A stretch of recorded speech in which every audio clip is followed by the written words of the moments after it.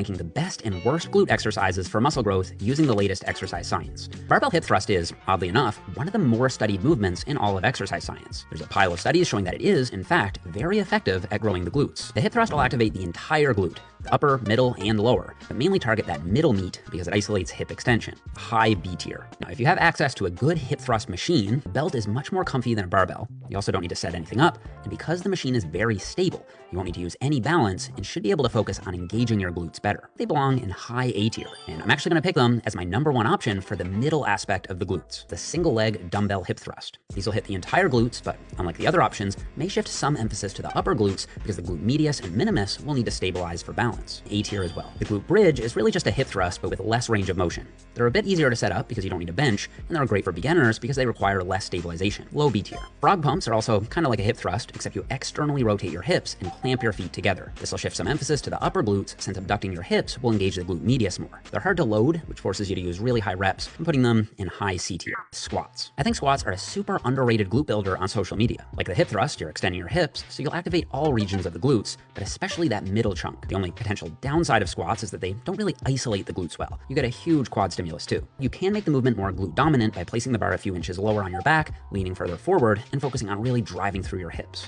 A tier for glute growth. With the Smith machine squat, you can place your feet further forward to make it more glute dominant, and you never need to worry about losing your balance. A tier. The Bulgarian split squat gets a deeper stretch on the glutes than the standard barbell squat, and because they're single leg, in addition to the middle glutes, you'll get the upper glutes more involved. To make them even more glute focused, place your front foot further forward and lean forward as you squat. These are very close to S tier, but they are a bit harder to overload, especially if you do them with dumbbells. High A tier. Kickbacks are great for the upper glutes, especially if you kick up and out diagonally. That's because the upper glute fibers perform both hip extension, which is the up part, and hip abduction, which is the out and diagonally part. Kickbacks are actually very stable if you brace against the machine, and perhaps even more stable if you brace against a bench. Low A tier.